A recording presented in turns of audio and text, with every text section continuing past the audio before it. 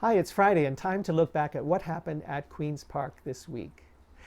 It's normally the summer recess, but the legislature was sitting this week, starting from midnight on Saturday, to pass Bill 307. This bill uses the Charter of Rights and Freedoms, Section 33, the so-called Notwithstanding clause. It was used to reinstate new laws limiting election spending by third parties after the Ontario Superior Court ruled those laws unconstitutional. It was announced that Ontario will be providing resources for First Nations communities looking for unmarked residential school gravesites. On Friday afternoon, there was a cabinet shuffle, quite a significant one. And finally, the province of Ontario established something called the Workforce Recovery Advisory Committee.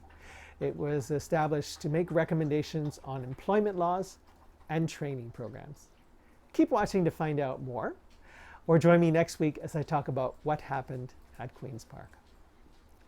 First of all, Premier Ford introduced a bill on spending limits by third parties. Premier Ford cited the case of the United States, where there are actually no limits on spending by third parties, and the Supreme Court ruled that because of free speech, there shouldn't be any limits. It's a bit different in Canada. The Ontario Supreme Court judge said, look, we already have limits. You wanted to tighten the limits, but you didn't give a good reason, and your own experts said that the old limits were okay and the new limits were okay. And so if you're increasing restrictions on free speech for no good reason, that's unconstitutional. And the judge struck down the laws. The Ford government decided to put in those tightened up laws anyways.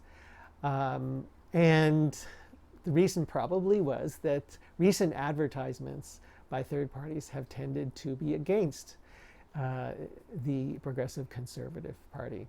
So in order to pass these laws over the ruling by the Superior Court, they had to use Section 33, the Notwithstanding clause. That was put in as a compromise so that provinces could agree on the Charter of Rights and Freedoms, and it was intended to be used only in rare cases. It's a bad precedent to use it to pass a law that's not that important. And it's the problem is that if it is too easy to limit a right, then it's not really a right because it could be taken away so easily. First Nations will have $10 million from the Ontario government and access to expertise as they search for unmarked residential school gravesites. This was an announcement made by Premier Ford this past week. There was a cabinet shuffle on Friday afternoon. When there's a cabinet shuffle, the government shows that it is responding to criticism. It satisfies a need for change with fresh names and faces and voices. It also reminds ministers that they can be replaced at any time. So a little bit of fire under the feet. And it helps with caucus unity because it reminds caucus members that they could be called up at any time. The opposition will say that it is like rearranging deck chairs on the Titanic, and there's some truth in that too, because many decisions are simply made in the Premier's office.